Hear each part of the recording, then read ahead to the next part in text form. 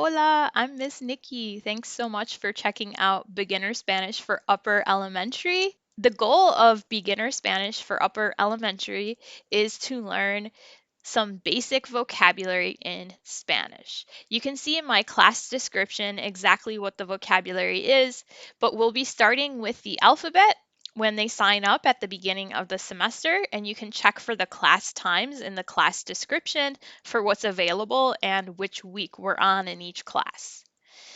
After we learn the alphabet, we go into Spanish greetings and introductions, and later on, we'll learn weather, colors, food, clothes, and so on.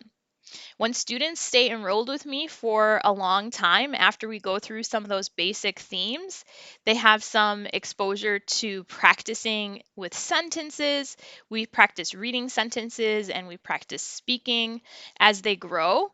So, in the beginning, we'll start with very basic things like my name is, where are you from? And then as they grow, I teach them a sentence or two sentence frames per theme. So, for example, in the food unit, I'll teach them how to say, I'm hungry, I want to eat, and then they fill in the blank. And we practice that over and over. And then they learn, I'm thirsty, I want to drink. And we practice that over and over so that they get that sentence structure. So after they stay enrolled and we've gone through those units, I will set the class to private and the class gets a little more advanced where we start reading in Spanish and we read basic sentences, basic vocabulary. But the kids who stay enrolled really do well and learn a lot of Spanish. It takes them really far. So it's really exciting to see them grow. Now, I want to give you a little bit of an overview of what my teaching style looks like so that you're very clear if this is the right fit for your student. I do think it's important that students come to me with a solid foundation of their native language so that they can read e- fairly easily in their native language or they're at grade level for reading in their native language because when you're learning a second language that foundation of your native language is really helpful in being successful in the second language. So the way that I teach is very structured and we do a lot of repetition so that the students can feel confident and comfortable with the language. So, for example, when we learn the alphabet, I teach them just a few letters at a time. So, for example, I'll teach them A through F in Spanish. We'll practice saying it. They'll see what the phonetic sound looks like. And then they will also say the letter two times. And then after that, I teach them the tune of a song.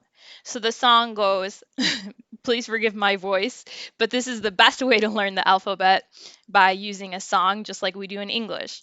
So I'll say A B C D E F A, but they're not going to go that fast in the beginning. I'll slow it down for them, but just to give you guys an idea of how it works. And then after that, we learn the next set. So it's all very broken down so that students can get comfortable and confident with the language as we learn.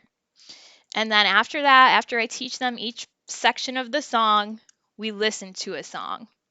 And no, they're not supposed to be able to sing it very well the first time, just like any other song.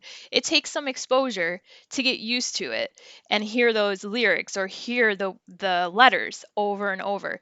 So we'll practice that song for a few lessons. I think right now I just have it for 2 or 3 lessons. It just depends.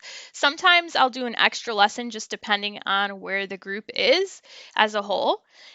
So maybe we'll do the alphabet song for 2 or 3 lessons and then we move into the colors.